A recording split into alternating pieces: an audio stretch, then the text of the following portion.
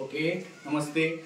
Good morning, students. Good morning, sir. Okay, today we are learning basic English. It means the start of English. आज आपण इंग्रजीची सुरुवात, which is very essential, and that is the first step of English, basic English. आज आपण शिकणार आहोत. Now I will write a very simple sentence on whiteboard.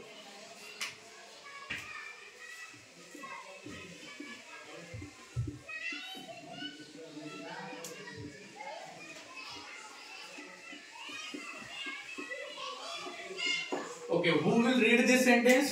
Just raise your hand if you want to give the answer. Yes. Ramesh plays a cricket. Very nice. Ramesh plays a cricket. There are 3 parts in this sentence, and we are today we are learning these parts. Okay. First part, second part, and third part.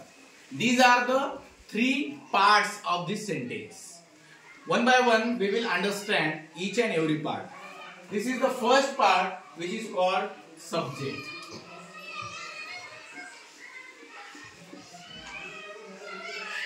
हा जो पहिला part आहे त्याला subject म्हणलं जातं. Who will tell me what is the meaning of subject? What is the meaning of subject? Yes? Very good. कर्ता.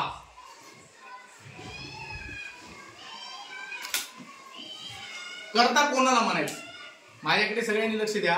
कर्ता म्हणजे कोण असतो की जो वाक्यांमध्ये जी ऍक्शन आहे किंवा जी कृती आहे ती करतो त्याला कर्ता म्हणायचं. जसं रमेश क्रिकेट खेळतो, या ठिकाणी जी खेळण्याची क्रिया आहे, क्रिकेट खेळण्याची जी क्रिया आहे तो कोण करत आहे?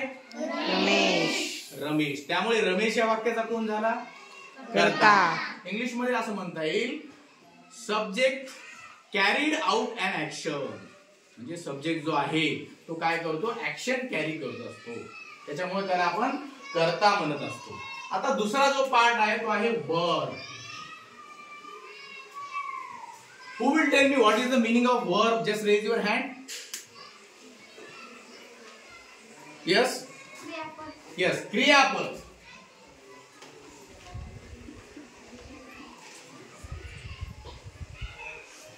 आता जे क्रियापद आहे समजून घ्या सगळ्यांनी, खूप महत्वाचा भाग आहे क्रियापद म्हणजे. बघा, क्रियापद म्हणजे वाक्यामध्ये, कोणत्याही वाक्यामध्ये होणारी जी ऍक्शन आहे, कृती आहे, तिला आपण क्रियापद असं म्हणतो. आता या वाक्यामध्ये Ramesh plays a cricket, Ramesh cricket खेळतो, म्हणजे या ठिकाणी कोणती क्रिया होत आहे? खेळण्याची. कोणती क्रिया होत आहे? खेळण्याची. यालाच इंग्लिश मध्ये काय म्हणतात? प्ले. म्हणून play is the verb of this sentence. Play is the verb of this sentence. Verb ची डेफिनेशन कोण सांगेल का मला? What is the definition of verb? Yes, you. Every action is called a verb. म्हणजे जी प्रत्येक या ठिकाणी केली जाणारी ऍक्शन आहे तिला आपल्याला वर्ब म्हणायचं आहे. जसं खेळणे, पळणे, चढणे, उतरणे. म्हणजे मराठीमध्ये आपण बघू शकतो की प्रत्येकाच्या शेवटी ने येत आहे. मग आपल्याला मराठीमध्ये सोपं जर शोधायचं असेल तर त्याच्या शेवटी ने येतं. जसं चढणे, पडणे, खेळणे, शिकणे, लिहिणे, वाचणे, आणखी चालणे, बोलणे. These all are the action word. That is the verb. Okay. आता त्यानंतर तिसरा जो पार्ट आहे त्याचं नाव आहे बघा object. OBJECT. Who will tell me the meaning of object? What is the meaning of object? Yes? Very good. कर्म.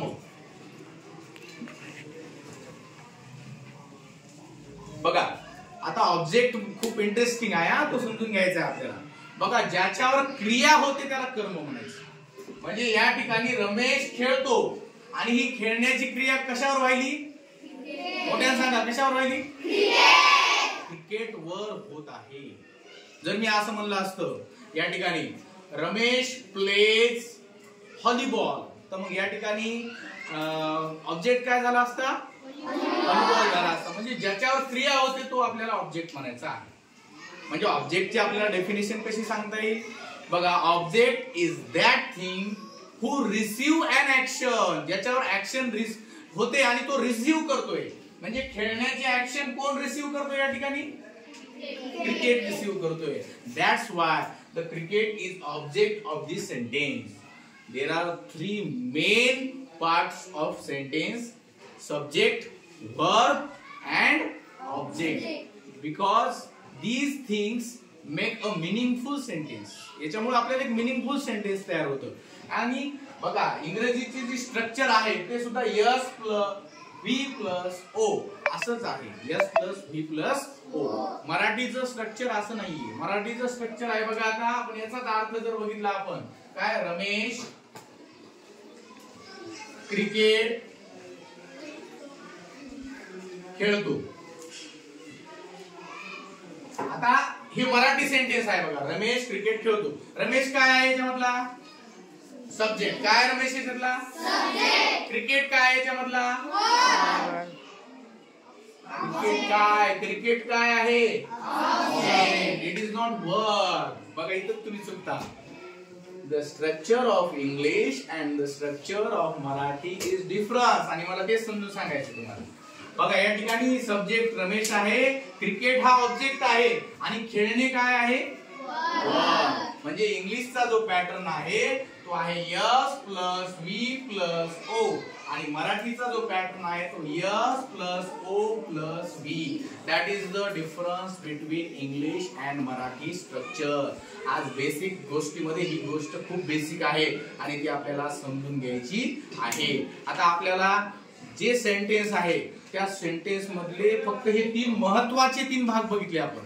पण याच्यापेक्षाही महत्वाचे आणखीन म्हणजे याच्या शिवायही आणखीन काही महत्वाचे भाग आहेत. There are 8 things which are very essential in sentence. आता हे 8ला 8 गोष्टीला पार्ट्स ऑफ स्पीच असं म्हणलं जातं. ते आता आपण पुढच्या भागामध्ये बघणार आहोत. एक एक पार्ट ऑफ स्पीच बघितल्यानंतर आपल्याला ते सेंटेन्स मधले भाग कसे आहेत आणि त्याच्या डेफिनेशन्स काय आहेत, त्यांना आयडेंटिफाय कसं करायचं, हे सगळं आपल्याला आता पुढच्या भागामध्ये बघायचंय. सध्या तुम्ही हे सगळं लिहून घ्या आणि उद्या येताना सब्जेक्ट, वर्ब, ऑब्जेक्ट ह्या संकल्पना ज्या आहेत त्या आपल्याला पाठ पण करून यायच्या आहेत आणि त्या आपल्याला काय करायच्या आहेत, समजून पण घ्यायच्या आहेत. म्हणजे आता मी काही तुम्हाला सेंटेन्स देणार आहे, ते सेंटेन्स तुम्ही काय करायचं, त्यातलं सब्जेक्ट कोणता आहे, वर्ब कोणता आहे आणि ऑब्जेक्ट कोणता आहे ते आयडेंटिफाय करता येईल का तुम्हाला? आता एक एक्झाम्पल मी सांगतो, हात वर करून मला आयडेंटिफाय करून दाखवायचं. ठीक आहे. हा, ही goes to school. What is the subject in this sentence? He goes to the school. He goes to school. What is the subject in this sentence? Yes? Okay. He is the subject in this sentence. What is the verb in this sentence? He goes to school. Yes? Goes. Very nice. Goes. And what is the object of this sentence? Yes? School. Very good.